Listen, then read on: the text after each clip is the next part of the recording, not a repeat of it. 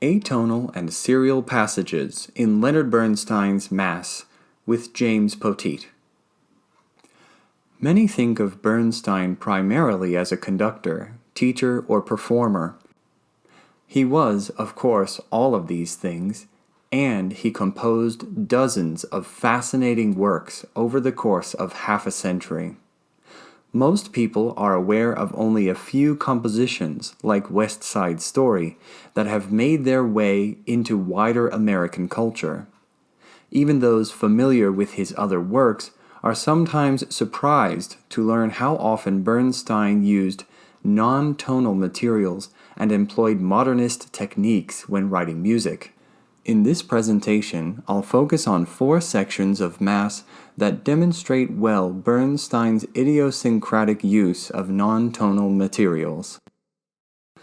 Bernstein composed Mass for the opening of the Kennedy Center in Washington, D.C. in 1971. Mass calls for 2 orchestras, 3 choirs, and about 20 vocal soloists, and the entire piece lasts approximately 1 hour and 40 minutes. Bernstein uses a dizzying array of styles, including folk, blues, swing, doo-wop, and Broadway.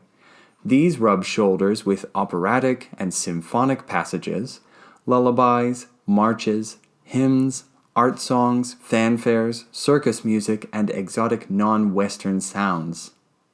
Free atonality is the avoidance of traditional tonal materials and implications without using a tone row or other series. Serialism uses an ordered group of tones as source material for a composition. We find both of these in Mass. Epiphany is a pre-recorded section of Mass written for a chamber ensemble of oboe, piano, and percussion. Epiphany is freely atonal and not serial.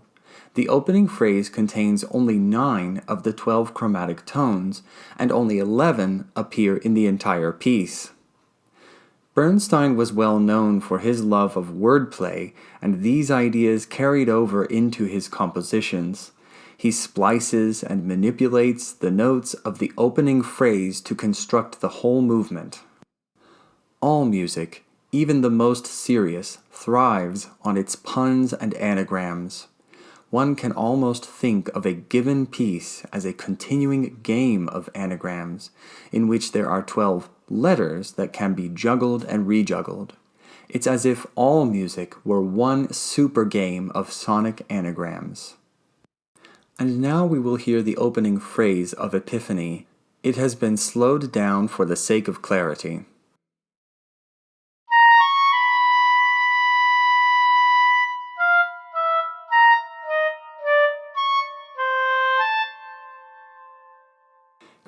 Here we have the first 2 systems of Epiphany.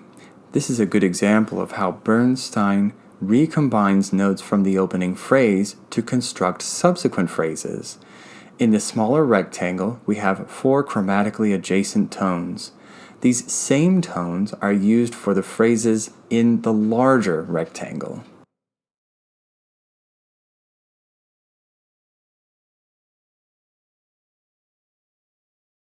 The 12 tones of the Western chromatic scale are referred to as the aggregate, and Bernstein presents 3 different divisions of the aggregate in the first 43 measures of Confession.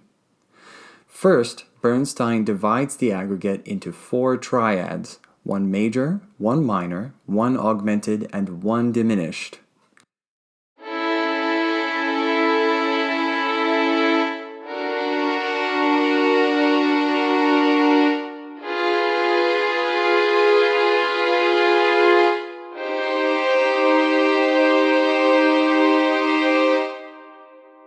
He combines the major and minor triads to create a polychord, then repeats the procedure with the augmented and diminished triads. Next, Bernstein uses whole tone scales which, when taken together, contain all 12 chromatic tones.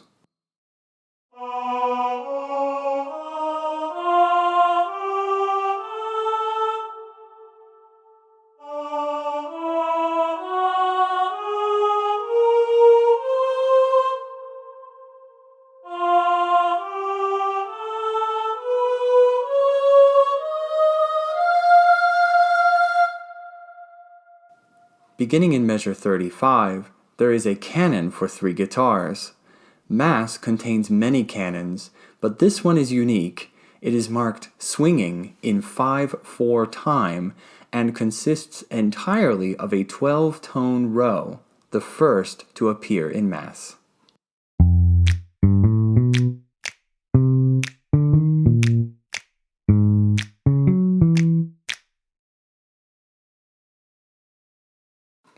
This piece is the second of 3 meditations in Mass, and it takes the form of a theme and variations. The theme is borrowed from the finale of Beethoven's Ninth Symphony, Opus 125, specifically Rehearsal R.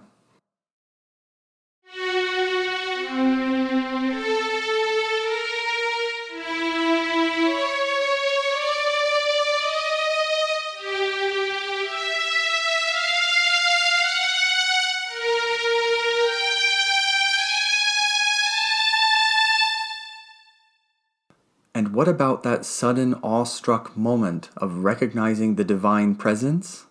Fantastic, that passage.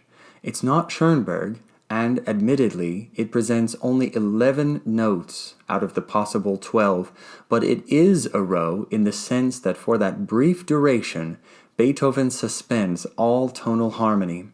That's what makes it so suddenly awesome, unrooted in earth, extraterrestrial. In variations 2 and 4, the notes of the theme appear in dissonant stacks.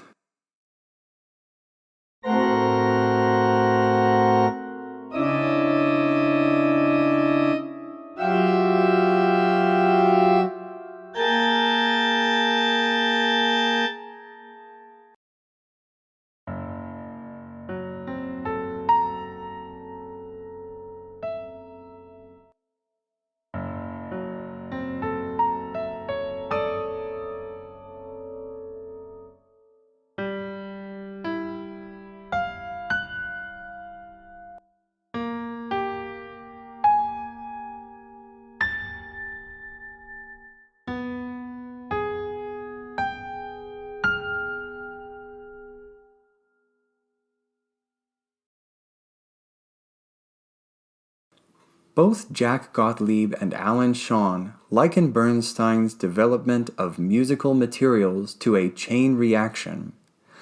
Gottlieb writes, "Later elements relate indirectly to earlier ones through a series of linkages, each dependent upon a preceding component. The form thus arises out of itself, as if containing a self-charging battery." Mass's Credo is an excellent example of this. Credo begins with a 12-tone row and is punctuated by what Bernstein called tropes, songs that give voice to the congregant's frustrations. While each trope is tonal, they all arise from this initial tone row.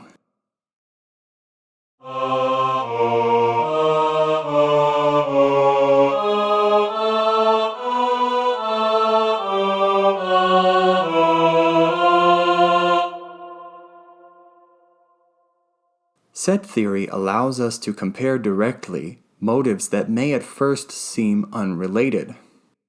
Here's a quick rundown of set theory. Groups of notes called sets are defined by their intervallic content. Our ultimate goal is to find the prime form of a set so that we can compare it directly with other sets. Briefly, here are the rules and steps used to find the prime form. Every note or pitch class is assigned a number from 0 to 11. This gives us the raw form of the set. We transpose the set so that it begins with 0. We also rearrange the numbers so that the interval between the outer notes is as small as possible. Last, we pack left. This means we move the smallest intervals to the left side of the set. This may sound complicated at first, but these steps are necessary. Otherwise, sets with identical intervallic content would appear to be different, and comparing them would be more difficult. Let's look at 2 of the tropes embedded within Credo, Hurry and World Without End. After finding the prime form of these sets, we can see how the head motive of each trope comes from Credo's initial tone row.